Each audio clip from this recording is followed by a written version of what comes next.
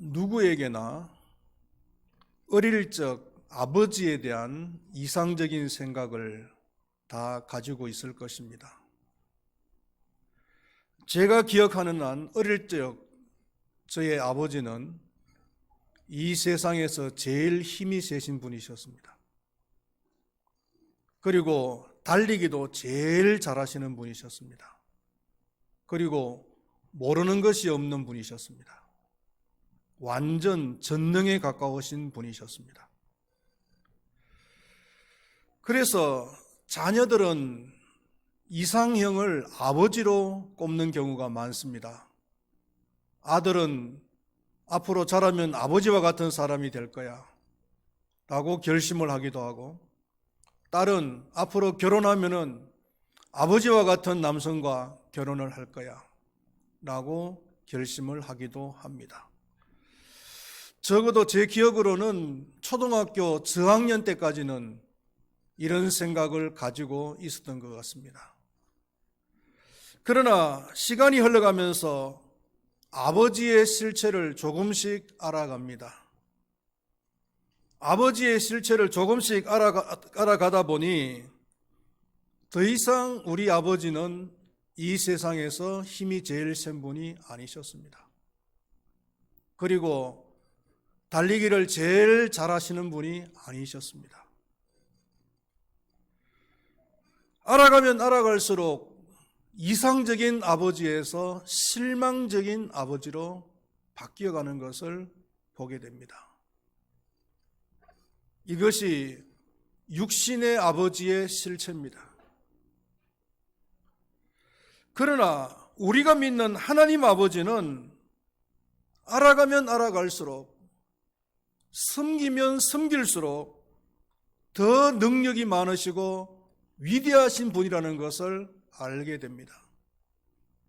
그러므로 하나님을 알아가면 알아갈수록 더욱 놀라운 감격과 절대적인 신뢰 속에서 우리는 믿음 생활을 해 나갈 수가 있다는 말씀입니다. 오늘도 하나님을 더욱 알아가는 시간이 되면 좋겠습니다. 첫 번째로 생각할 것은 31절 말씀에 만일 하나님이 우리를 위하시면 이라고 말씀을 했습니다. 31절 말씀을 한번 다 같이 읽어보겠습니다. 그런즉 이 일에 대하여 우리가 무슨 말 하리요? 만일 하나님이 우리를 위하시면 누가 우리를 대적하리요? 여기서 이 만일이라고 하는 말은 가정법에 사용되어지는 용어입니다. 하나님께서 우리를 위하실 수도 있고 위하지 않으실 수도 있다는 말이죠. 그러나 여기서 사용되어진 경우에는 가정법으로 사용되어진 것이 아니라 하나님께서 반드시 우리를 위하신다는 것을 강조하기 위해서 사용이 되어진 거예요. 하나님은 반드시 우리를 위하시는 분이십니다. 할렐루야. 할렐루야. 이 사실을 의심 없이 믿는다면 우리 삶에는 놀라운 변화가 일어난다는 거예요. 블레셋의 장수인 골리앗 앞에서 사울 왕도, 그리고 장수들도, 그리고 군사들도 모두 벌벌 떨고만 있을 때에 17세밖에 안 된, 그리고 전쟁의 경험이 전무한 다윗은요, 떨기는커녕 오히려 단숨에 달려나가서 골리앗을 쓰러뜨려 버립니다. 17세밖에 안 된 이 소년이 어떻게 이런 일을 할 수가 있었겠습니까? 그것은 만군의 여호와께서 나를 위하신다는 사실을 확실히 믿었기 때문인 줄로 믿습니다. 우리는 때로 이 미국이라고 하는 나라를 의심할 때가 참 많습니다. 정말 미국이라고 하는 나라가 우리의 우방국이냐? 아니면은 자국의 이익을 위해서 우방국인 것처럼 행동을 하는 것인가? 그동안에 미국이 세계 도처에서 한 행위를 보면은 의심받을 수도 있습니다. 의심받을 그 여지가 충분히 있어요. 그래서 많은 국민들 중에서는 미국은 절대 우리의 우방국이 아니다, 오히려 점령국이다, 점령군이다라고 노골적으로 말을 하는 사람들도 있잖아요. 그래서 주한미군은 빨리 철수를 해야 된다. 주한미군이 철수되어져야 우리나라는 속히 통일을 이룰 수가 있다. 이렇게 주장을 하는 사람도 있다는 것이죠. 미국이 우리의 우방국이냐 그렇지 않냐, 이 부분에 대해서 의심할 여지가 많이 있지만은, 그러나 하나님은 의심할 여지 없이 우리의 우군이십니다. 우리가 이 사실을 믿든 믿지 않든 간에 하나님은 우리의 우군이신 줄로 믿습니다. 하나님은 우리 편이시기 때문에 어떠한 고난이 닥친다 할지라도 그 고난을 선어로 승화를 시키십니다. 그리고 마침내는 영화의 단계까지 들어갈 수 있도록 해주시는 분이신 줄로 믿습니다. 여기에 대한 확신을 가지고서 신앙생활을 해나가야 될 줄로 믿습니다. 두 번째로 생각할 것은 31절 말씀에 조금 전에 봉독했던 말씀인데요, 만일 하나님이 우리를 위하시면 누가 우리를 대적하리요? 누가 우리를 대적하리요라고 말을 했습니다. 이 말을 긍정적으로 바꾸면은 하나님께서 우리를 위하시기 때문에 아무도 우리를 대적할 수가 없다는 말씀입니다. 사무엘상 14장을 보면은 사울의 아들 요나단의 얘기가 나옵니다. 요나단이 자신의 부하 한 명만 달랑 데리고 블레셋 진영을 쳐들어가는 거예요. 그리고는 그 블레셋 진영을 쑥밭으로 만들어 놓고, 그리고는 최소한 20명의 적군을 갖다가 사살을 합니다. 그러므로 인해서 적군들을 두려움에 떨게 만드는 거죠. 여러분, 이 블레셋 군대가 어떤 군대입니까? 한때는 온 이스라엘을 공포에 떨게 했던 그런 군대가 아닙니까? 나라의 온 국방력을 총동원해서 싸워도 이길 수 있을지 확신을 할 수 없는 군대가 이 블레셋 군대입니다. 그런데 그런 나라의 진영에 단신으로 쳐들어가서 적을 쳐 죽이고 적의 사기를 꺾어놓는 요나단의 모습을 볼 수가 있습니다. 요나단이 이런 담대한 모습을 보였던 이유가 뭐겠습니까? 사무엘상 14장 6절 말씀을 보면은 여호와께서 우리를 위하여 일하실까 하노라. 여호와의 구원은 사람이 많고 적음에 달리지 아니하였노라. 여호와께서 우리를 위하여 일하실까 하노라. 여기에 대한 확실한 믿음이 있었기 때문에 요나단은 이렇게 담대한 행동을 할 수가 있었다는 것입니다. 15절에도 보면은 들에 있는 진영과 모든 백성이 공포에 떨었고 부대와 노략군들도 떨었으며 땅도 진동하였으니 이는 큰 떨림이었더라. 이것을 봤을 때에 하나님께서 요나단과 함께하였음을, 이런 믿음을 가지고 있는 요나단과 함께하였음을 우리는 볼 수가 있고, 요나단이 하나님을 믿고 쳐들어갔을 때 하나님께서 구경만 하고 계신 것이 아니라 적에게 공포심을 심어주었다는 것을 우리는 알게 되는 거죠.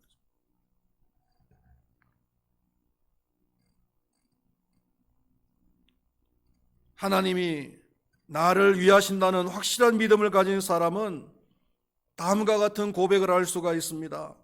내가 주를 의뢰하고 적군을 향하여 달리며 내 하나님을 의지하고 담을 뛰어넘나이다. 내가 사망의 음침한 골짜기로 다닐지라도 해를 두려워하지 않을 것은 주께서 나와 함께 하심이라. 주의 지팡이와 막대기가 나를 안위하시나이다. 여호와는 나의 빛이요 나의 구원이시니 내가 누구를 두려워하리요. 여호와는 내 생명의 능력이시니 내가 누구를 무서워하리요. 하나님께서 나를 위하시면 내가 누구를 두려워하겠느냐. 하나님께서 나와 함께 하시면 나를 위하시면은 내가 누구를 무수하겠느냐라는 시편 기자의 고백 아니겠습니까? 로마서를 기록한 바울은 35절에서 누가 우리를 그리스도의 사랑에서 끊으리요 환난이나 공고나 박해나 기근이나 적신이나 위험이나 칼이랴. 어떠한 고난도 어떠한 대적들도 하나님의 사랑에서 나를 끊을 수가 없다라는 고백입니다. 다른 말로 하면은 세상이 감당치 못하는 사람이 되는 거예요. 32절 말씀에 자기 아들을 아끼지 아니하시고 우리 모든 사람을 위하여 내주시니가 어찌 그 아들과 함께 모든 것을 우리에게 주시지 아니하겠느냐.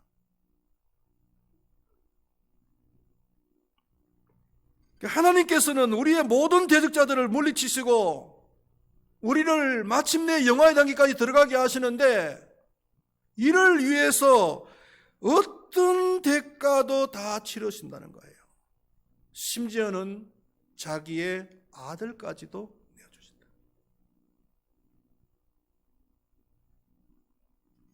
여러분, 아들이라고 하는 존재는 어떤 존재입니까, 여러분? 너무나 귀한 존재가 아닙니까? 만약에 강도가 침입을 해와서 돈을 내놔라, 네가 가지고 있는 모든 돈을 내놔라 라고 이야기한다면 무서워서 있는 돈을 다 내어줄 거예요. 아니면 네가 가지고 있는 보석을 다 끄집어내놔라. 그러면 있는 보석을 다 끄집어내어서 강도에게 줄 수 있을 거예요. 그런데 만약에 강도가 네 아들 목숨을 내놔라 그렇게 이야기한다면 그 아들 목숨을 내놓을 수 있는 사람이 누가 있겠어요? 이처럼 아들의 생명은, 아들이라고 하는 존재는 너무나 귀한 거예요. 이 세상에 그 어떤 것하고도 비교할 수 없고 어떤 것하고도 바꿀 수 없는 그런 귀한 존재가 바로 아들이라고 하는 존재거든요. 그런데 하나님께서는 우리를 위하여서 기꺼이 아들을 내어주셨다는 거예요. 하나님은 어떤 대가를 치르시더라도 우리를 대적에서 물리쳐 주십니다. 할렐루야. 두려워할 필요가 없습니다. 그것이 이 세상이라 할지라도 아니면 악한 영이 직접 우리를 공격해 온다 할지라도 아니면 그것이 어떤 무서운 사람이라고 할지라도 아니면 그것이 세상을 흔들 수 있는 돈이라고 할지라도 우리를 두렵게 할 수가 없습니다. 우리를 이길 수가 없다는 것입니다. 믿으시기를 축원드리겠습니다.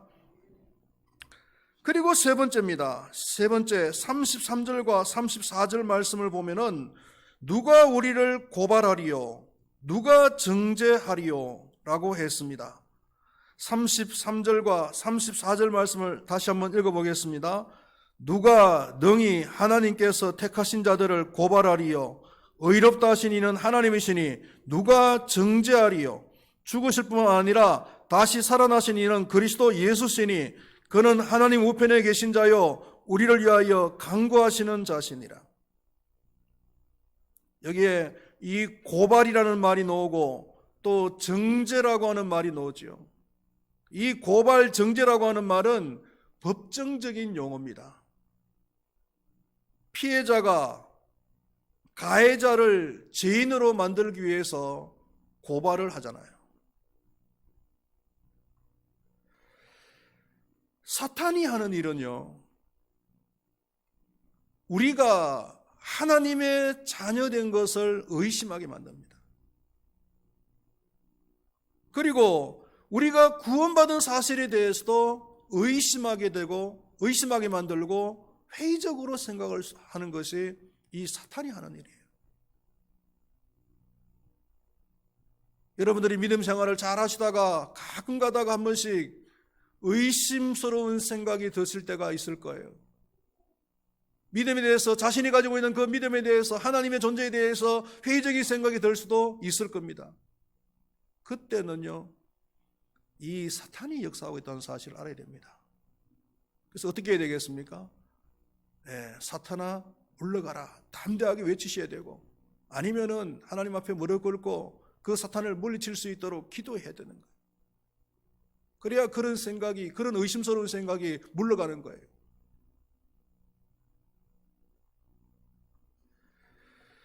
그리고 이 사탄이 하는 일이 또 뭐냐면은 하나님께 우리 그리스도인들을 거짓 고발을 한다는 거예요.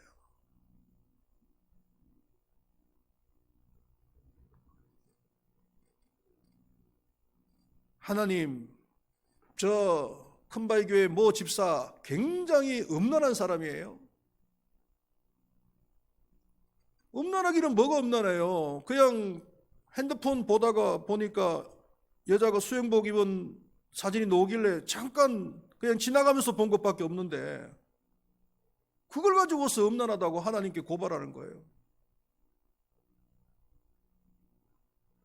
하나님, 그 큰바위교회 모 집사 아주 사람이 아주 간사해요. 간사하기는 뭘 간사해요? 중국집에 가서 짜장면을 먹을 것인지 짬뽕을 먹을 것이 잠깐 뭐 혼돈스러웠을 뿐인데 짜장면을 먹을까 짬뽕을 먹을까 짜장면 시켰다가 아니야 짬뽕 먹고 싶어 해가지고 그냥 바꿔서 짬뽕 시켰을 뿐인데 뭘 그걸 가지고서 간사하다 그러냐고.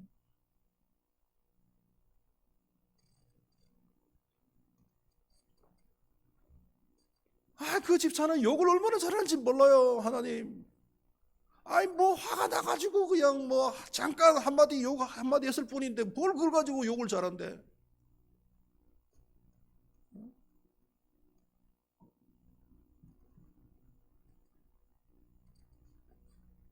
사탄은요 이렇게 거짓 고발을 갖다가 하나님께 하는 거예요.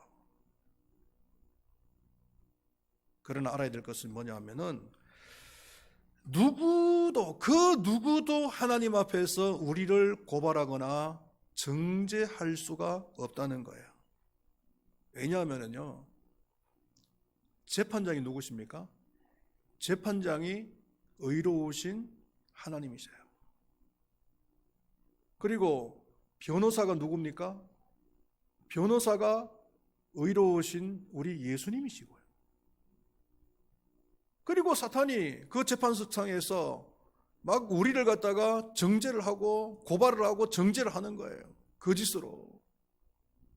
그러면은 의로우신 그 변호사 되시는 대언자가 되시는 예수님께서 우리를 위해서 다 변호를 해주시는 거예요. 다 변호해 주시는 거예요. 그 그림이 요한일서 2장 1절에 나옵니다. 너희 자녀들아 내가 이것을 너희에게 쓰면 너희로 죄를 범하지 않게 하려 함이라. 만일 누가 죄를 범하여도 아버지 앞에서 우리에게 대언자가 있으니 곧 의로우신 예수 그리스도시니라. 여기서 이 대언자는 다른 말로 하면 변호사라는 뜻이에요. 하나님은 재판장이시고 변호사는 예수님이시고 사탄은 거짓 고발을 해야 되는 거예요. 그러면은 변호사 되시는 우리 예수님께서 우리를 일일이 다 변호를 해주시는 거예요.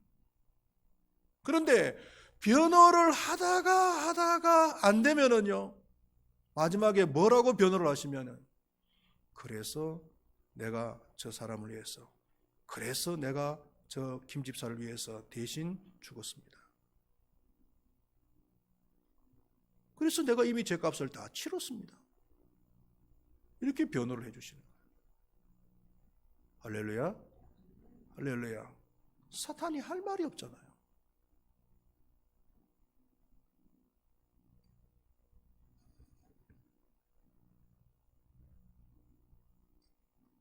(34절에) 누가 정죄하리요? 죽으실 뿐만 아니라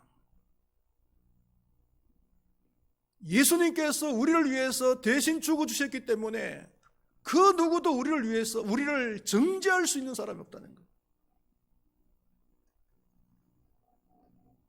그러므로 이 재판은 우리가 이길 수밖에 없는 재판인 줄로 믿습니다. 그리스도인들에게는 정죄함이 없습니다. 그리스도인들을 거꾸로 들일 어떤 세력도 없습니다.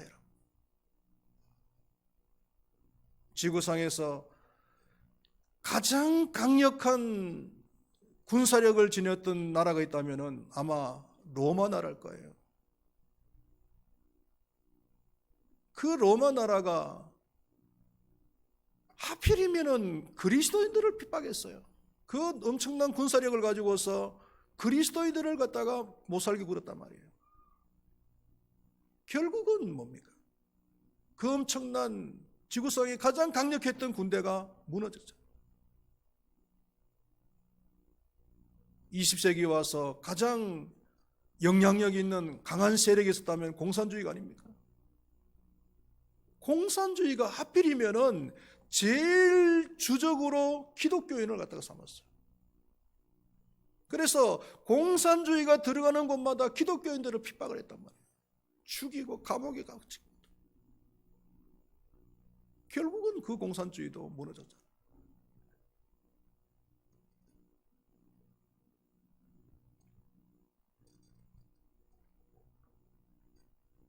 그 어떤 세력도 그리스도인들을 거꾸로 들 수가 없는 줄로 믿으시기를 바라겠습니다. 그리스도인들에게는 모든 것이 합력하여서 선을 이루고 모든 일에 있어서 넉넉히 이길 수 있는 줄로 믿으시기를 바라겠습니다. 말씀을 맺도록 하겠습니다. 하나님은 어떠한 상황 속에서도 우리를 위하시는 분이십니다. 그러므로 그 어떤 원수도 우리를 대적할 수가 없고 그 어떤 원수도 우리를 고발하거나 정죄할 수가 없습니다. 우리에게는 반드시 승리가 보장되어져 있는 줄로 믿으시기를 바라겠습니다. 기도하시겠습니다. 하나님 아버지, 하나님은 반드시 우리를 위하시는 분이십니다. 하나님이 우리를 위하시면 누구도 우리를 대적할 수가 없고 누구도 우리를 고발하거나 정죄할 수가 없습니다. 하나님이 우리를 위하시기 때문에 우리는 넉넉히 이길 수가 있는 줄로 믿습니다.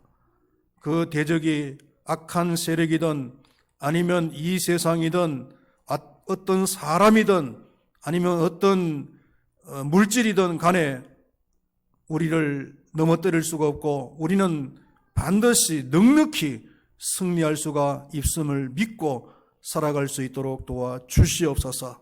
그래서 이 믿음 가지고서 다윗처럼 또 요나단처럼 담대한 삶을 살아갈 수 있도록 도와주시옵소서. 예수님의 이름으로 기도드리옵나이다. 아멘.